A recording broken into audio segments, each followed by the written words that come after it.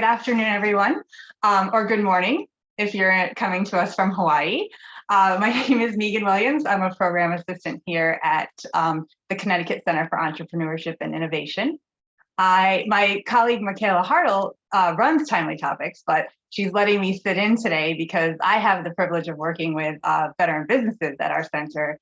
And we are celebrating and highlighting veterans and military families this month, and also, of course, tomorrow on the holiday. So I'm really excited to be able to sit in, and I'm grateful to Maria and Michael for being here today. They have distinguished military careers as well as civilian careers.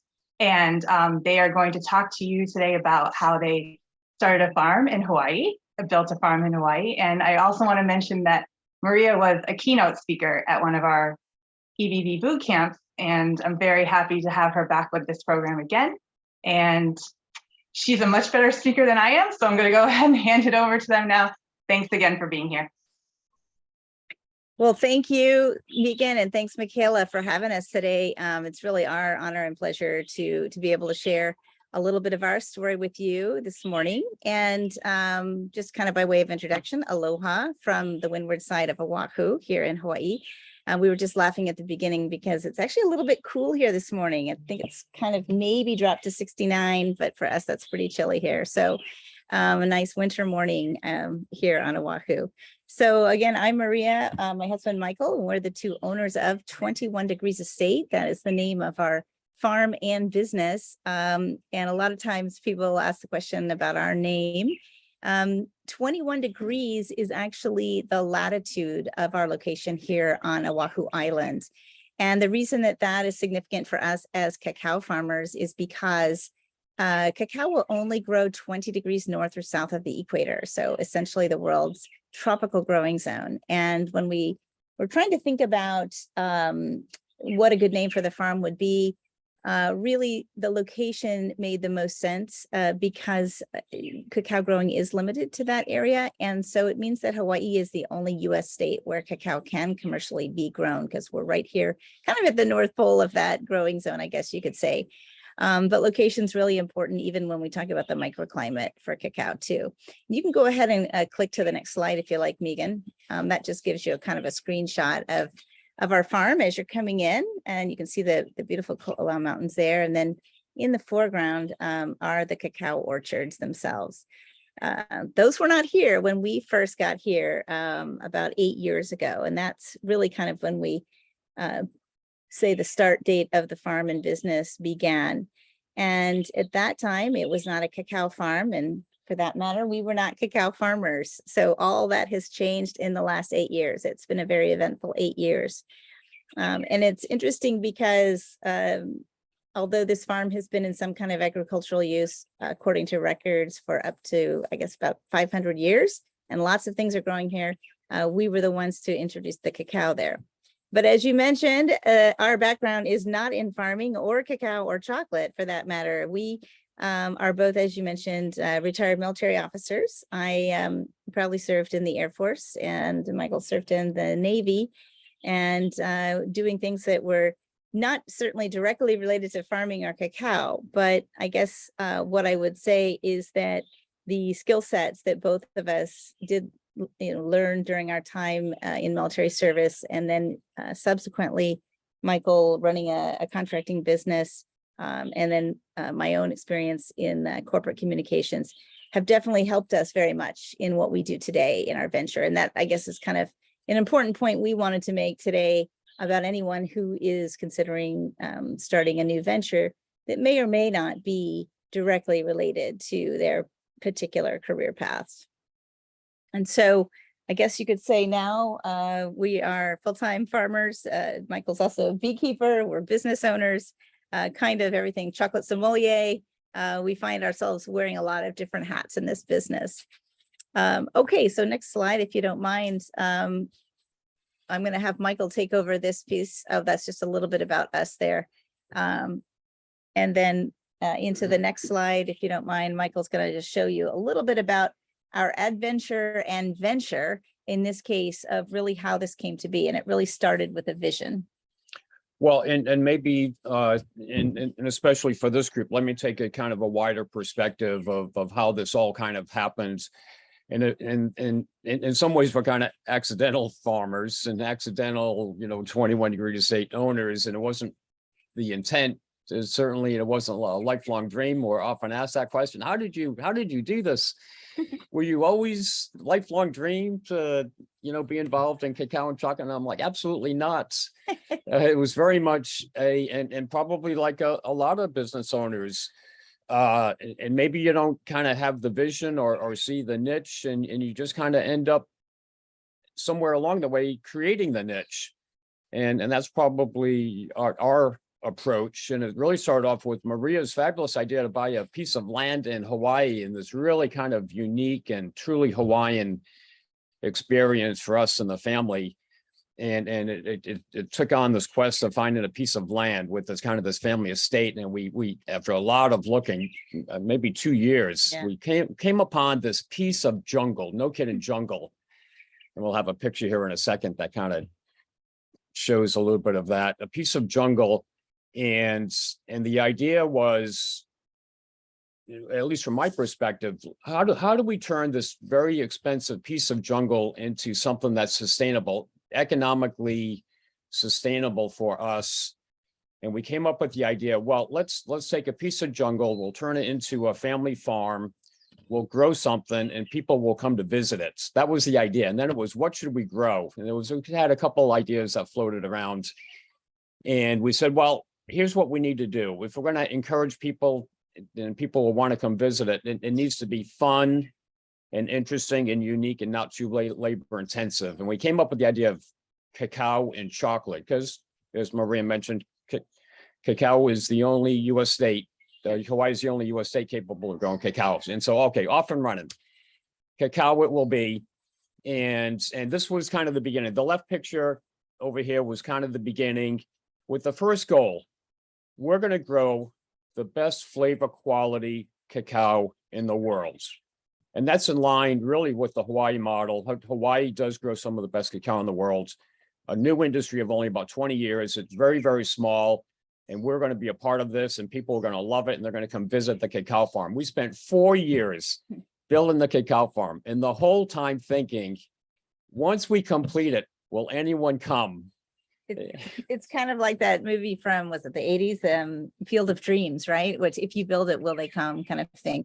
And as Michael said, we kind of looked at it from the beginning, not just, obviously it's an agricultural enterprise, but we from the beginning have wrapped it around in this business model concept of obviously bringing people to the farm, but also bringing our markets to the farm for retail. And so, as Michael said, our first priority was to really get the agriculture in the ground, to grow the cacao for the craft chocolate. And as he said, our focus was in line with the industry standard here to grow a very high flavor profile cacao to make craft chocolate in particular. And so the model was similar to what you would find, say, at a vineyard, right? When you go to visit a vineyard in Napa Valley, and you go and you taste the wines, and then you buy the wines, hopefully, and kind of make the experience out of it. So from the beginning, when we were creating our vision for the piece of jungle, it was with that in mind and what would go where, and then kind of these phases. And so with that, phase one obviously being agriculture, and the photos that you see here really show that progress that Michael was referring to, which was a lot of heavy lifting and labor. Well, and I would also say, really from the very beginning, we developed this business idea really from the very beginning, and it wasn't kind of the typical family farm that starts as a family farm and just growing and selling a product, and then they might be kind of get into the agritourism model. We took a different approach. Really from the very beginning, we're going to grow something, and from the very beginning, people will come. And so when you're building that farm, from the very beginning, you need to make decisions of things that are visually important, aesthetically charming, honestly, and very welcoming. And so that leads a lot of the decisions of where things go and how things should look and the color of the buildings and this kind of thing. And then, the planning from the very, very beginning were the numbers and the income and okay, we're going to grow something, we're going to sell something, and what income will that bring in? And to support this very high cost piece of land in Hawaii, highest cost of living, that wasn't going to work. And so then we brought in the educational piece of it. So the opportunity for people to come and take a tour, and then kind of the financial piece of what will that look like? How many tours? How many people? What would the price be? And of course, we started very modestly in our planning. You don't start off with a ton of visitors coming. You start off with three. The very first tour, 3 people. And with the idea, it will grow as the word gets out, as the marketing gets out, et cetera, et cetera. That all kind of grows. But so that was the education. The agritourism is the education. As we often say, everything that we do here has an educational component. Of course, that's the biggest one that we do, and we call it our tour and tasting. We do that today. We do it 3 times a week. It's about a 2.5-hour tour, and we're typically having anywhere from say 15 to 30 people. And you can go to the next slide too, Megan, for that. I think we have some pictures on that. Oh, well, this was the other piece of it. Part of the agritourism, in addition to the tours and tastings, which is where we started, we also had this, if you see up on the left side there, that really kind of old broken down looking cottage that was here when we got here. I was afraid to actually set foot in it for fear that the roof would fall down. But Michael, you can see also we're putting in grass because, again, if you're going to be a charming, venue for people to come, you have to have something that's a little bit more welcoming. And I should mention, since you said charming, actually our tagline for our logo is the most charming cacao farm in Hawaii. So we had to get to work to make it more charming than it was. And so you can see those 2 upper pictures in progress as we put this big kind of wraparound veranda on the front. And that has really become kind of the focal point for a lot of our events. So started with the tours and tastings, and I will say that the tours and tastings still remain as kind of our flagship, I don't know, cash cow, you could almost say, because that's where we really get a lot of visitors. Keep in mind that here on Oahu, we, when you're not in the middle of COVID, we get about 800,000 visitors per month. So if we even just get one small percentage of that tourism bubble, then that's a pretty big flow of visitors to our farm too. And so once we kind of got the tours and tastings underway, then the next piece was creating events and things. And so this cottage that you see here that we really renovated was a critical step to being able to start doing those different events too. So next slide. And then just a quick overview for those of you who might be listening who are not familiar with really the true journey that cacao takes to go from the tree to your chocolate bar. You can see up in the upper left corner there, those are the actual fruits, cacao pods. That's what we're growing. And as you saw previously, we were getting the land ready to put in the orchards. And it really took about 4 years, as Michael said, to just get the ag going. So during that time, we really didn't have any income coming in whatsoever from the farm. We just had money out, but no money in. And so that was part of the the waiting process. But once the fruit started to produce, then we had to move into production mode and learn all the ropes to that piece of it. And that included, as you see down there, there's Michael on a harvest day. We harvest, by the way, just about year round, 10 months of the year, every 2 to 3 weeks. And every single pod that you see has to be cut by hand. Every single pod has to be cracked open by hand, as you see in those lower pictures there. And that kind of slimy looking fruit there is what we have to remove and then put into a fermentory, learn how to ferment, which we've used mentors and consultants along the way to kind of hone those skills. And then you see the final cocoa beans there that are drying after the ferment. We do all of that here at the farm. That's all part of what we do for the growing, the harvest and the post-harvest. And then of course, the final product being the chocolate bars at the end, which we sell retail. Well, and if I may jump in and kind of from the business perspective, but I think there's a couple key points here. And the first is we didn't know a lot of this. I'm planting trees with no idea of what's going to happen when they actually bear fruit. And I figured, well, I have 2 years of growing. And at some point along the way, I'll kind of learn that other stuff. And as Maria mentioned, it 4 years of spending a lot of money with essentially no income. And with the idea, a lot of this we'll kind of learn along the way. And we're confident, from the skills that we achieved in our, chapter ones, that this was, that it was a feasible idea to kind of jump in, not knowing really all the answers, not knowing all the procedures, but with time that will come along at the right time. Yeah, and key to that too is that we knew that we had to get to that final chocolate bar that you see on the lower right part of the corner to basically pay for all the things before it. And that was our goal, was to make at least that retail, the chocolate retail piece of it, ultimately finance and sustain the agricultural portion of the business. And then the next step, kind of the hopefully profit and additional business gains, would come from really this agritourism piece of it. And then let's go ahead and But actually, Yes. before you go, and then one key point here is we do not make the chocolates. We do all the other steps. We do the growing, the harvesting, the fermenting, the drying. And when it comes to the chocolate making, we don't do that because we recognize we're not chocolate makers. We have better chocolate makers who have the skill and the art and the equipment and the skill to make high quality craft chocolate. And we let them do that. And we'll probably never be chocolate makers. And that's kind of a business decision as well. however, we do hire them. We contract them to Yeah. make the chocolate from our cacao specifically for us in our retail operations. Yes. Okay, so next slide, Megan, please. If you see here, I just want to make quick mention too. One of the things, because we were all in when we started 8 years ago, one of the other things we decided to do at the beginning was to basically keep bees. And that was mostly kind of an altruistic idea at the beginning, which was, this is good for all the different fruits and things that obviously are growing here. And it's just a good idea in any case to cultivate bees.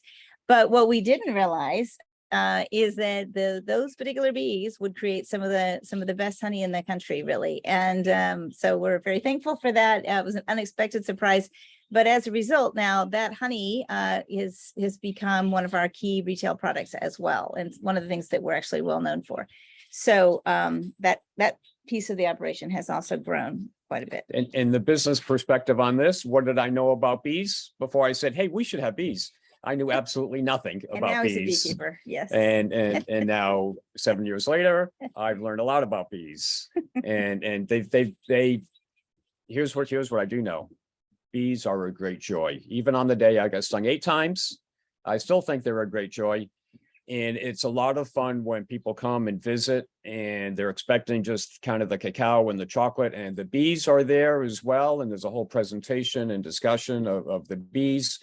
And a lot of people walk away like, oh my God, number one, was not expecting this. Number one, truly, truly impressed with kind of the bee story. And then just total luck of being in this little piece of tropical rainforest paradise.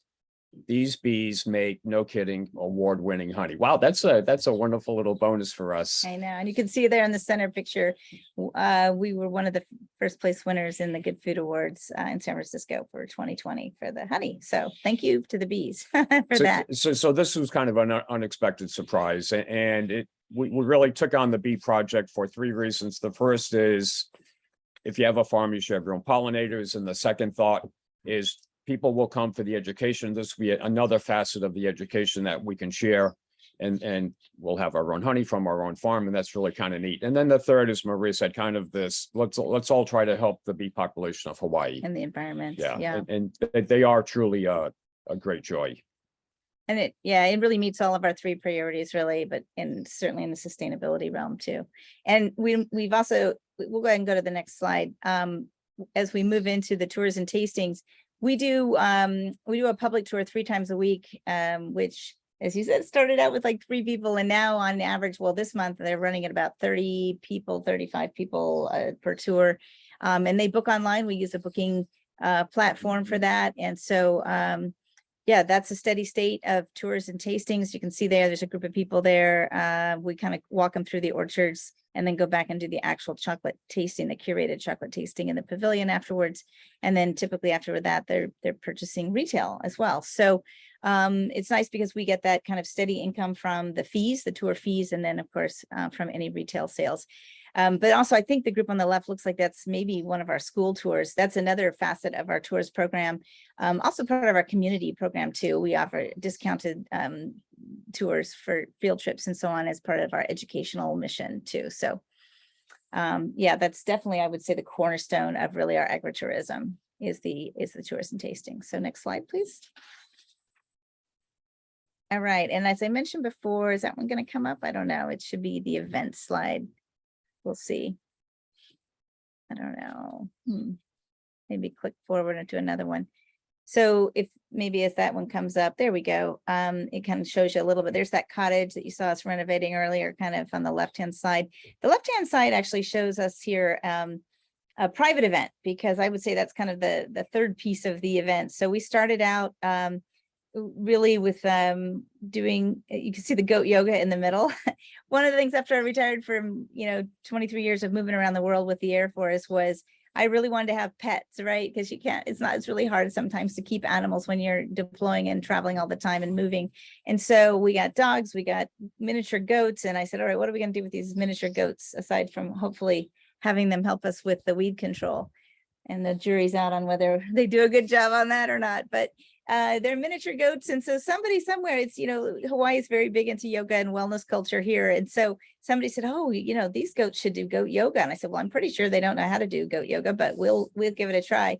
And so we actually had a little mini retreat that was happening, and a yoga instructor was going through it. And so we brought the goats out, and goats naturally do jump up on flat surfaces. So if you're in that pose right there, a tabletop or something like that, you might get a goat on your back. And so indeed that became a thing. And in fact, it's one of the things we're known for. We're the only goat yoga venue on the island. And we do it now once a month, and it's typically always sold out.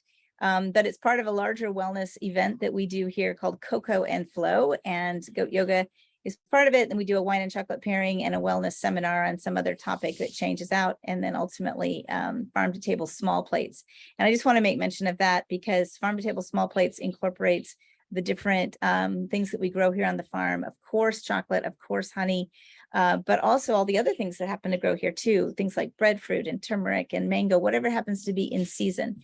And so that's what we'll use for also helping to promote the importance of growing and sourcing food locally here in Hawaii.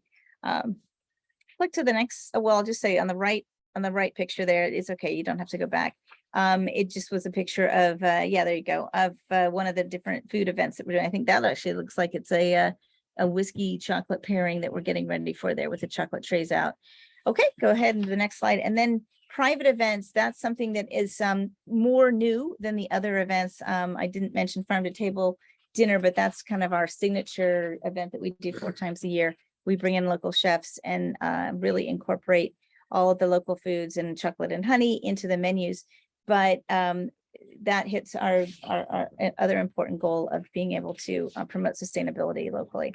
Private events is something we'd like to kind of get it to more in the future. That's a wedding there that just happened 2 weeks ago on the left-hand side that you see there, people renting the venue basically for their private events. And that's a good alternative source of revenue also for us. Okay, and then finally, next slide. Our third kind of key priority, apart from the cacao and apart from the educational agritourism piece, is what we say in Hawaiian is malama ka'aina, which is land stewardship. And that is what you see here. But our biggest initiative in this area is that we're growing koa trees, which is a native Hawaiian hardwood legacy tree. And so we actually received a grant to do that, but we continue to promote that. It was a tree that was almost extinct that we're bringing back here on the farm. And the next slide, just as another kind of example of something serendipitous that we didn't expect when we started this venture, is that it is a very beautiful space now. And so now we have actually been approached to do photo shoots here. This was for a catalog for a company here locally, and you can see they're setting up there. And it's just another way to have a revenue stream coming in. I mean, I think for any of you out there who have done, maybe grew up on a family farm or familiar with farming, it's very challenging to keep going, especially if you're selling a wholesale agricultural product. And so for us, the goal was to find all of these alternative forms of revenue and really make it a business in addition to just the agriculture. And so next slide, that takes us to really some of what we call the unexpected surprises. First, a lot more work than we expected. It's a lot of work all the time. Fortunately, we love it. The honey, as I mentioned, and people love goats. My gosh, they love goats. The goats come out and greet people at all the different events, and they have all their costumes and hats that they wear. this particular land here in the area called Kahaluu truly has a magic, and in Hawaiian we say mana to it, and we really credit it for a lot of what happens here too. And we get great people that visit our farm all the time, and a lot of those become friends of the farm, volunteers of the farm, but also future presenters. And I would be remiss if I didn't mention the important community aspect of what we do here. And we have so many incredible volunteers. All of our harvests that we do year round are done by our volunteers, which is amazing because it's essentially free labor. And so we often say, as you see there at the bottom, that we began as an agricultural enterprise, but wrapped in a business plan. And now we've evolved to find ourselves really at this intersection of not just agriculture, but of culinary, environmental, and fine chocolate, and then really community too. So next slide and last slide, actually. Michael, you want to talk about some of the quick takeaways for the business? Well, and then, you know, as Maria said it, but here we are 8 years after the beginning.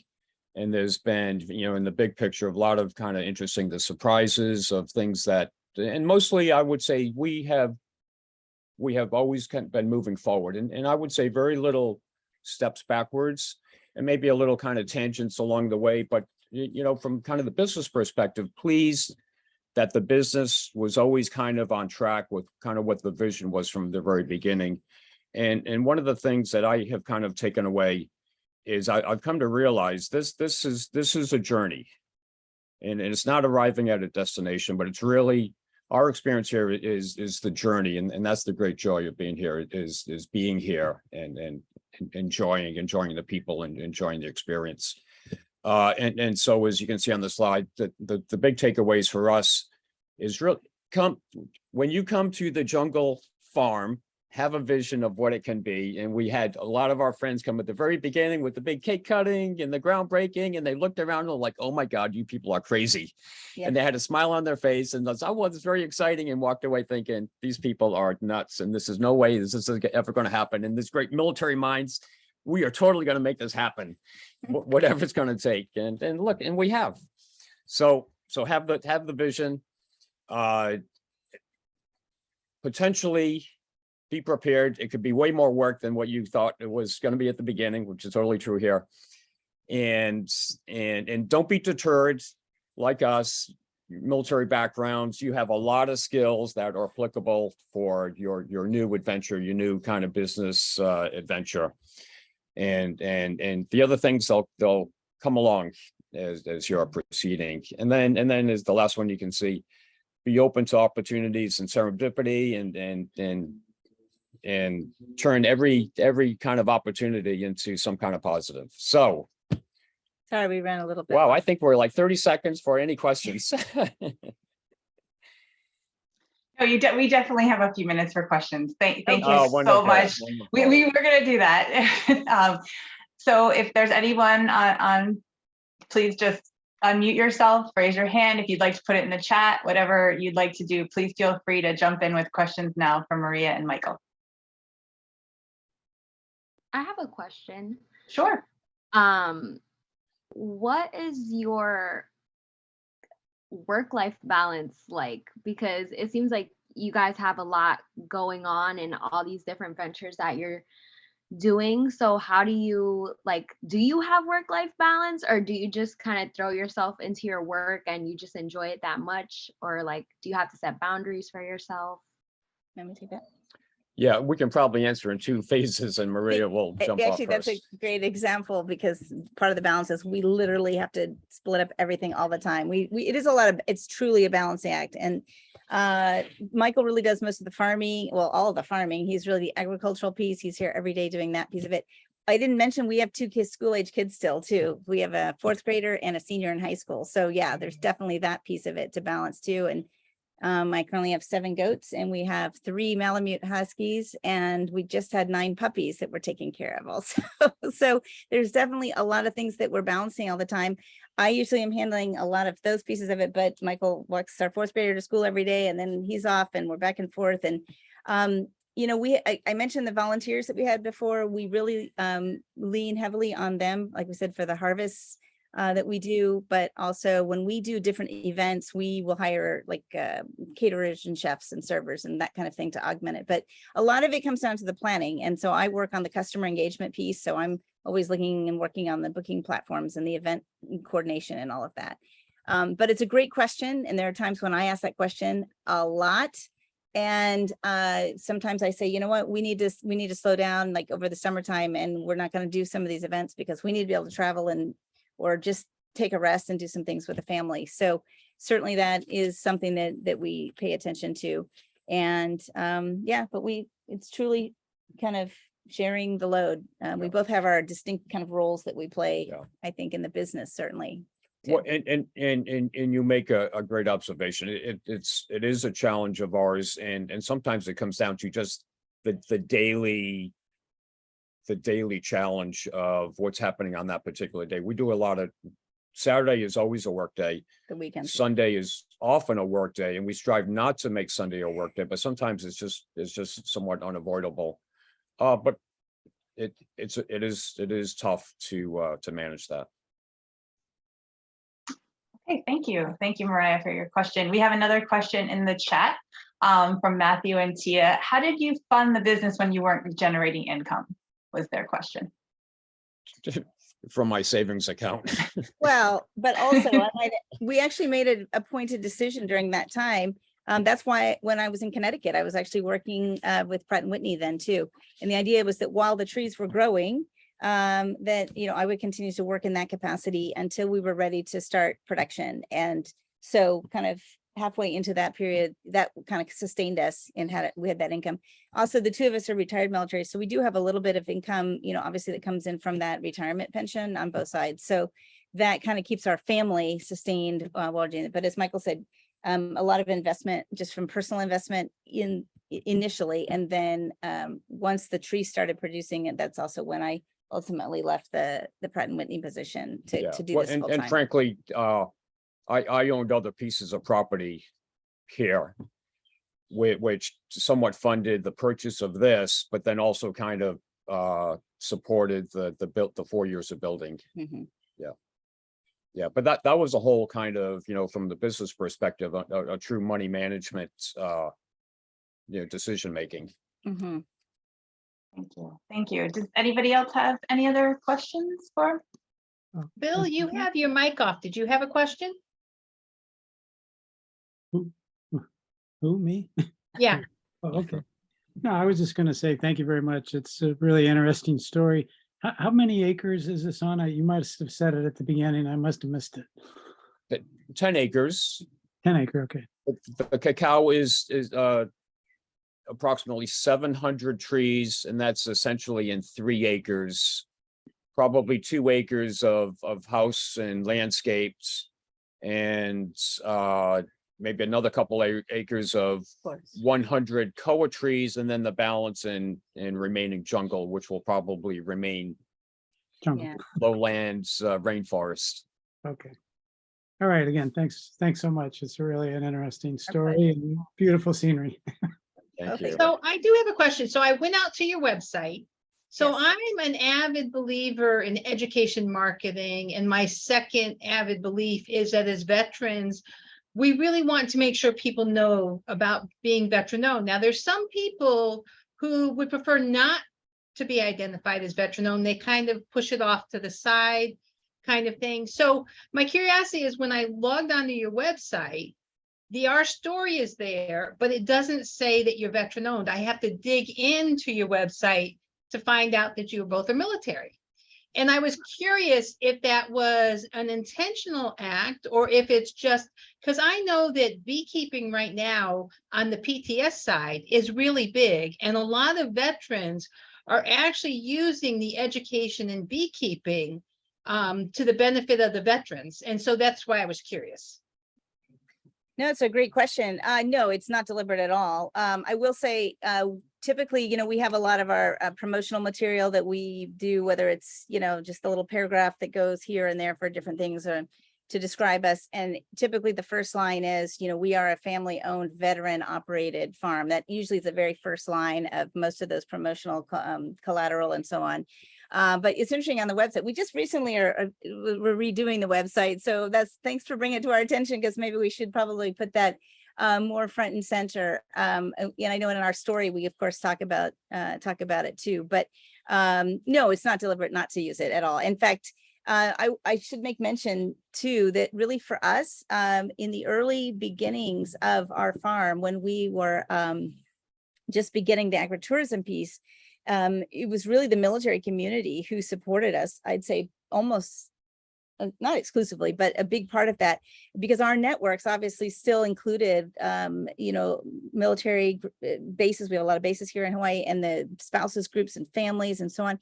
And so really they were critical, and kind of that connection was critical to our early success, for sure. And now those networks, that sphere of influence has expanded, to kind of general tourists. But in the beginning, it was largely our military communities that supported us. Which continue to this day. We still have kind of ties to the military community. Mhm. And as Maria said, truly a measurable piece of our visitors were related to the military, and remains that way today. Mhm.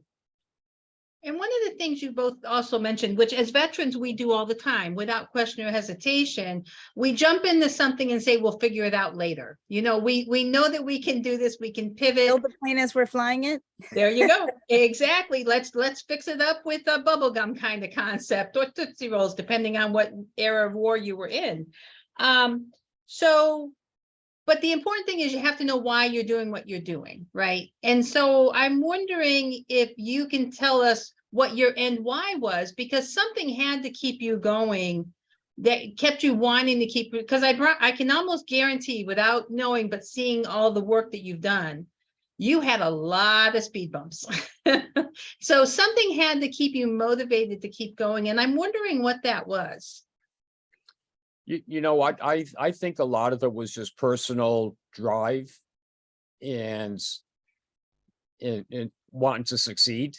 Kind of the things that drive us in the military, or just drive us as individuals. It's just kind of, if you have that personality, you just have this drive that I have taken on this challenge, and I will accomplish it. A lot of that was that. A lot of it was just this daily satisfaction of seeing things grow and seeing things become better. And even in the first 4 years of really no visitors, paying visitors, our own friends come. It's like, oh my God, every time I come here, it's nicer and nicer. And that was a huge motivator. And then literally growing the fruits of one's labor, literally. And that's been incredibly rewarding. And then once people have begun to come, it magnified. And so a lot of it has been, sustaining in that way.